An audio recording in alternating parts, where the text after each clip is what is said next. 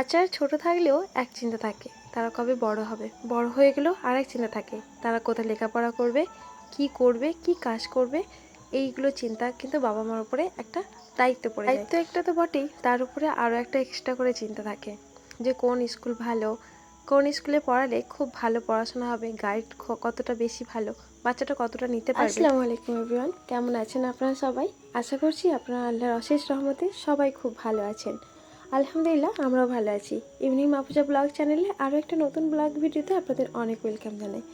আজকে দিনটা আপনাদের সাথে ভিডিওটা শেয়ার করছি কিভাবে আমি বাচ্চাটাকে সকাল থেকেই অবশ্য হোস্টেলে নিয়ে গেছি, তবে কি করেছি সবগুলো আপনাদের সাথে হয়তো শেয়ার করতে পারবো না, কিছু শেয়ার করেছি।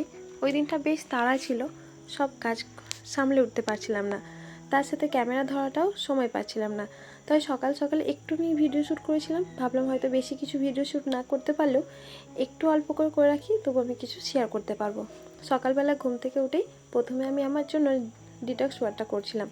অনেক দিন হলো খাই না, তবে ডিটক্স ওয়াটার এমনভাবে আমার কাজ হয়, সত্যি কথা।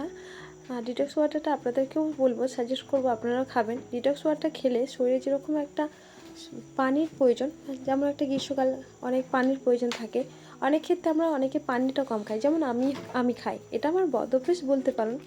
আমি পানি একদমই খাই না, তবে ডিটক্স ওয়াটারটা হলে পারে ওই জন্যে কিন্তু একটু টানে খাওয়া যে আমাকে পানিটা শেষ করতে হবে, এর মধ্যে যেহেতু আমি অনেক কিছু উপকরণ দিয়ে রাখি, নষ্ট করার একটা চিন্তা থাকে, সেই হিসাবে আমি ডিটক্স ওয়াটারটা একটু ইচ্ছে করেই বানিয়ে ফেলি সকাল সকাল। আচ্ছা, ডিটক্স ওয়াটারটা দেখতে পাচ্ছেন আমি একটা জারেতে পানি নিয়েছি, তার সাথে চিয়া সিড দিয়েছি, আর আমি কয়েকটা পরিমাণে আমি দিয়েছি এর আগে। আগেটা ডিটক্স ওয়াটার, এটা হচ্ছে আলাদা ব্যাপার, আমি বলছি আপনাদেরকে। দিয়েছি শসা আর লেবু। তেমন কিছু আমার কাছে সবজির ছিল না, মানে বিটরুট ছিল না বা অন্য কিছু ছিল না, আদার্স পুদিনা পাতা একদমই নেই, সেই জন্য আমি দিতে পারলাম না। আমি যেরকম ডিটক্স ওয়াটার জন্য নিয়েছি, আর ভাবলাম বাবুদেরও দিই, তবে ওদেরকে একটু ডিটক্সের লেবু করেই পানিটা দিয়েছিলাম, তবে ওরা একদম নুন পানিটা খেতে পারে না, তাই অল্প পরিমাণে স্বাদ মতো একটু চিনি দিয়েছিলাম, যাতে একটু মানে মিঠে লাগে আর পানির পরিমাণটা শরীরে যায়। আমার যেরকম একটা বদ অভ্যেস, পানি খাওয়াটা কম হয়ে যায়, আর ওদেরও মধ্যে ওইগুলো আছে, তাই ওদেরকেও সকালবেলা একটু ওই ডিটক্স ওয়াটারের মতো, তবে একটু চিনি দেয়, যাতে ওরা খেতে চায়। আমি এখন বড় হয়ে গেছি, তাই আমি একটু চিনি ছাড়াও খেতে পারবো, কিন্তু ওদেরকে যখন আমি চিনি ছাড়া দেবো তখন ওরা খাবে না, সেই জন্য একটু চিনিটা দিয়ে নিয়েছিলাম। যখন ছোটোবেলা ছিলাম মাকে দেখতাম সকালবেলা উঠলে পারে একটু ওই লেবু চিনি দিলে পারে মায়ের হাতের একটা শরবত, ওটাকে বলতাম, তো ওই শরবতটা খেতে না বেশ অনেক টেস্টি হতো। মায়ের হাতের সমস্ত কিছু পরিমাণ মতো থাকতো, যেমন লেবু তেমন চিনি তেমন নুন, তবে সেই স্বাদটা এখনও আমরা নিজেও বানিয়ে উঠতে পারি না। সত্যি কথা বলতে মায়ের হাতের একটা টেস্টি একটা আলাদাই থাকে। চলুন, এবার কিন্তু ওকে আমি ডিটক্স ওয়াটারটা দিয়ে দিলাম। আর আজকের কাজটা যেহেতু অনেকটা বেশি ছিল, এই ডিটক্স ওয়াটার থেকেই কিন্তু আমি প্রথমে রান্না বান্না করেছি, বাবুর অনেক কিছু লাগেজ গুছানো ছিল, গুছিয়েছি, কিন্তু সবটা আমার ক্যামেরা শ্যুট করা হয় না। ওই দিনকে মনটাও বেশি ভালো ছিল না, মানে কাজ করছি তারপরে মনে হচ্ছে যে বাবু আজকে চলে যাবে, কারণ যখন ও পরীক্ষা দিয়ে এসেছিলো, যখন আরেকটা হোস্টেল থেকে, আপনাদের কাছে আমি অনেক ভিডিও দিয়েছি, ওর হোস্টেলের রবিবার হলে সেই রান্না করে যাওয়া, সেই বাবুটারই এই হোস্টেল চেঞ্জ হচ্ছে, তো সেই বাবুরই চেঞ্জ হোস্টেলে আমি কেমন কি দিলাম সেই সব কিন্তু আজকের ভিডিওর মধ্যে দেখুন। আজকে ওর জন্য যেগুলো আমি লাগেজ, আগে যখন বড় ছিল তখন ট্যাং, এখন তো ওই আমাকে বললো যে ওর আব্বুজি বললো যে আমি বলছিলাম যে ট্যাং দেবো, তখন ও বলছে না ট্যাং দিতে হবে না, যেহেতু বড় হয়ে গেছে, এরকম টলি দাও, তা টলি দিলে পরে সুন্দর। তো আমার বাড়িতে এটাই ছিল, তো ওকে টলিটা দিলাম, আর ও এক এক করে গুছিয়ে নিল। আমি সব এক এক করে গুছিয়ে দিচ্ছিলাম, যেহেতু আমি গুছিয়ে রাখলে পরে হয়তো জিনিসটা ও খুঁজে পাবে না। আমি বললাম বাবু আমি তোমার সব কটা একটা করে গুছিয়ে নিই, আর তুমি নিজের মতো করে রাখো, তাহলে তুমি লাগেজটা খুললে পারে তুমি কিন্তু নিজে বুঝতে পারবে কোথায় কী রেখেছো। তো আমি ওখানে এক এক করে গুছিয়ে দিচ্ছিলাম, আর ও এক এক করে গুছিয়ে রাখছিল টলির মধ্যে। তো এখানে একটা জিনিস হয়েছে, ওর আব্বুজি একটু তাড়া ছিল, আমরা তিনজনে একটা গাড়িতে, ছেলে বড় হয়েছে, বিশেষ করে টলিটা উপরে আছে, আর এখানে দেখতে পাচ্ছি টলিটা সামনে নিয়েছে, একদমই হচ্ছে না। আর ওর আব্বুজি বলছে তোমরা চেপে বসে যাও, আমি নিয়ে চলে যাব। আমি তখন ভাবলাম ছেলে তো বড় হয়ে গেছে, আর টলিও মাঝখানে, এভাবে তো রিস্ক নিয়ে যাবার কোনো প্রয়োজনই নেই, যেহেতু আমি স্কুটি চালাতেই পারি, তো এত কষ্ট করে যাবার কি আছে। তো আমি তখন বাড়ি থেকে আমাদের স্কুটিটা আমি বার করলাম, আর ওর আব্বুজি আর ও গাড়িতে গেল বা ট্রলিটা নিল। আমি একটা ছোটো মতো ব্যাগ নিয়েছিলাম, তো ব্যাগটাতেও হয়ে গেল। যেহেতু দুজনেই স্কুটি বা গাড়ি চালাতেই পারি, অসুবিধা হয় না। তাই হয়তো এরকম যদি হতো, ট্রলি নেওয়ার পর আমাকে ওই ট্রলি ব্যাগ মানে লাগেজটা নেওয়ার পর হয়তো আমাকে এখানে কোনো গাড়ি বুক করতে হতো বা টোটো হোক বুক করতে হতো। তখন দেখলাম না, নিজেরা যেহেতু স্কুটি চালাতেই পারি, তখন কোনো অসুবিধাই নেই, আর কষ্ট করে যাওয়ার কোনো প্রয়োজনই নেই। তো সেই জন্যে আমরা বেরিয়ে পড়লাম।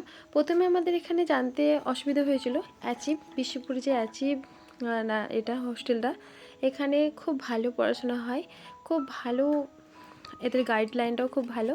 এমনকি এখানে নিটের জন্য তোমরা মানে অবশ্যই এদের নিটের সাবজেক্ট আছে, নিট আছে। এটা হচ্ছে বাংলা মিডিয়াম, ইংলিশ মিডিয়ামও আছে। আমার বাবুটা যখন যেহেতু বাংলা মিডিয়াম থেকে তৈরি হয়েছে, তো বাংলা মিডিয়ামে দিলাম। তো সাথে সাথে 11 থেকেও কিন্তু ওকে নিটের জন্য প্রস্তুতি মানে করাবে ওনারা, স্যাররা। তো এখানে হচ্ছে ওদের ব্যাপার, বাচ্চাদের ওপর সব কিছু মেন্টালি করে, যারা নিতে পারবে খুব ভালো। যাই হোক, এটা একটা আলাদা বিষয়। আমি প্রথমে আপনাদের কাছে আমি হোস্টেলটা দেখাচ্ছি। আগের হোস্টেল যেটা ছিল ওরই হোস্টেলটা চেঞ্জ হচ্ছে। আগেরটা ছিল আজাদ একাডেমি, এবার হচ্ছে অ্যাচিভ, মানে এটা হচ্ছে আমাদের উলবেড়িয়া আর কুলগাছির মিডলে। তো জায়গাটা এতটা সুন্দর দেখে আমি প্রথমে অবাক হয়ে গেছি। প্রথমে আমি ভুল করে অন্য একটা হোস্টেলে চলে গেছিলাম, আবার ব্যাকে ফিরে আসি। সেই সব আমাদের ক্যামেরা শ্যুট করা হয় না। তো প্রথমে আমি তোমাদেরকে অ্যাচিভটা আমি ঘুরে দেখাবো। এটা হচ্ছে সিঁড়ির পার্ট। সিঁড়ি থেকে উঠতেই দোতলার এখানে দেখছি একটা বেসিন নাচ করা, মানে সিস্টেমগুলো দেখলাম খুবই ভালো ভালো একটা সিস্টেম। মানে একসাথে প্রায় 6-7 জন দাঁড়িয়ে মুখ ধুতে পারবে বা দাঁড়িয়ে হাত ধুতে পারবে, যে কোনো একটা বেসিন মানে বুঝতেই পারছেন। আর এই যে ফ্লোরটা, এটা হচ্ছে সেকেন্ড ফ্লোর, এটা মানে ফাইভ ফ্লোরের বিল্ডিংটা। এই ব্যালকনিটা না অনেকটা বড়। এই ব্যালকনির কাছে মানে বাচ্চারা যে গোসল করে কাপড় মানে শুকো দিতে পারবে, আর বিশেষ করে খুব খোলামেলা বসে গল্প করতে পারবে। এই যে দেখতে পাচ্ছেন, এইগুলো খুব খোলামেলা দেখা যাচ্ছে, খুব খোলামেলা জায়গাটা, বেশ ভালোই লাগছে। তবে বেডের মধ্যে 5 জন, 4 থেকে 5 জন থাকতে পারবে এখানে।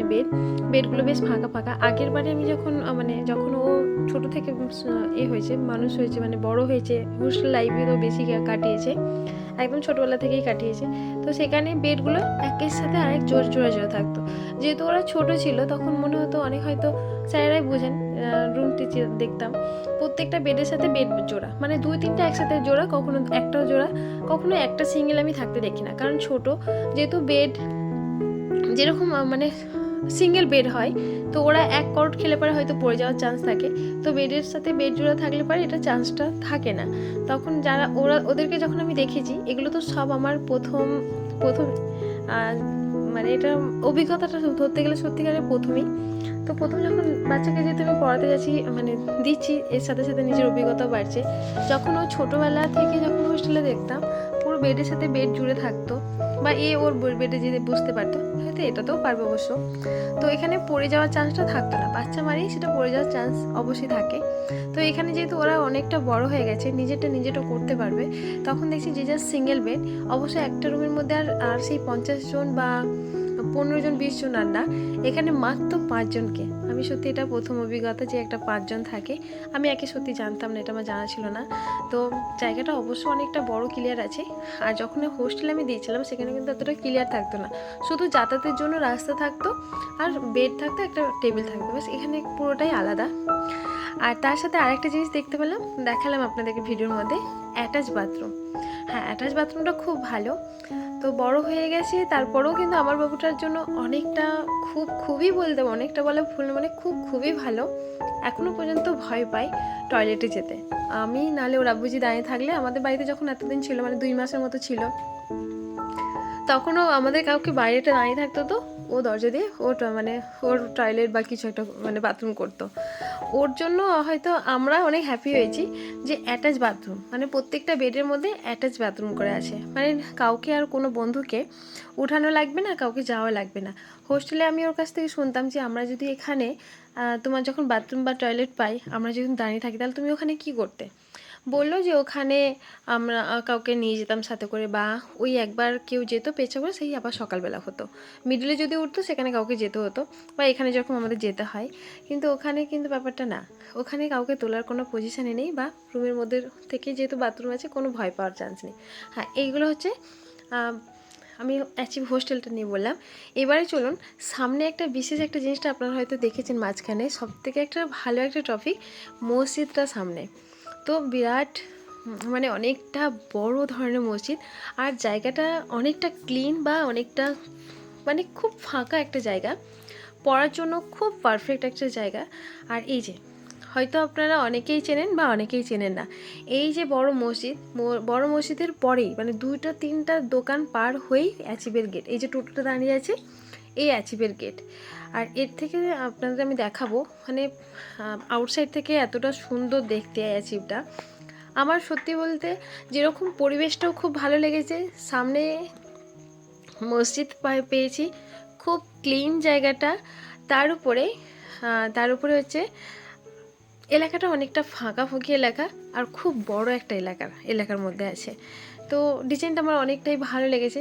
এরপর হচ্ছে ওখানের পড়ার গাইডলাইনটা আশা করছি, এতদিন তো শুনেছি অনেকটা ভালো। তো এখানেও আশা করছি এখানে এদের জন্য হয়তো এদের ব্যাচের জন্য খুব ভালো হবে। হ্যাঁ, আরেকটা বিষয়, এই অ্যাচিভ মিনিমাম 8 থেকে 9 বছরের মতো দিল্লি বোর্ড নিয়ে ওনারা পড়াশোনা করাচ্ছেন, মানে ইংলিশ মিডিয়াম। এই বাংলা মিডিয়ামটা নাকি ফার্স্ট খুলেছে, এই বছর ফার্স্ট।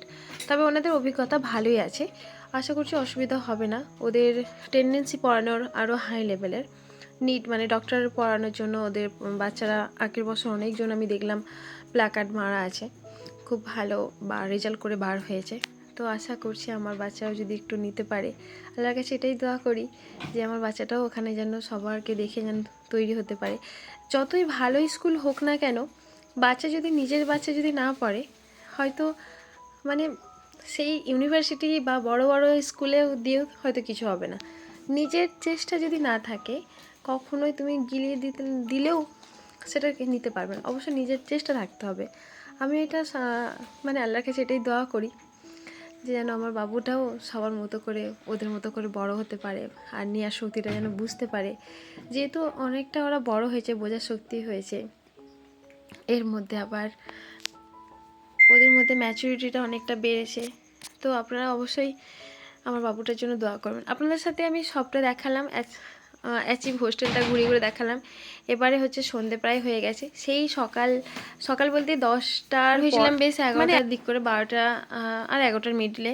আর তখন বাজে প্রায় 5:30, মানে মাগরিব হয়ে গেছে, তখন বার হলাম। অনেক মানে ভর্তির ব্যাপারটা ছিল, অনেক মানুষই নতুন ভর্তি হয়েছে। তো এবারে বাড়ি যাওয়ার পালা, সবই আমি ঘুরে ঘুরে দেখালাম, যতটা পারলাম চেষ্টা করলাম দেখানোর। তো এই হচ্ছে বাবুকে রেখে চলে যাওয়ার পালা, এখন ওখানেই আছে ও। আপনারা শুরু থেকে দেখছেন স্যার, আপনাদের কাছে আগে যখন রোববার থাকতো তখন আপনাদের বলতাম যে আমি সানডে মানে বাবুর কাছে যাওয়ার রান্না বান্নার তারা, এখন আর সানডে যাওয়া নেই, মাসের শুরুতে মাসের শেষেতে যেতে হবে। তো এই হচ্ছে আমার ভিডিওটা। আপনাদের কাছে যদি কোনো অংশে ভালো লেগে থাকে, অবশ্যই একটি লাইক, একটি কমেন্ট করতে একদমই ভুলবেন না। আপনার সাথে আবার দেখা হবে কোনো একটা নেক্সট ব্লগে। আপনার ততক্ষণে আল্লাহ হাফেজ, টাটা। আর বিশেষ করে আমার বাবুর জন্য আপনারা সবাই দোয়া করবেন।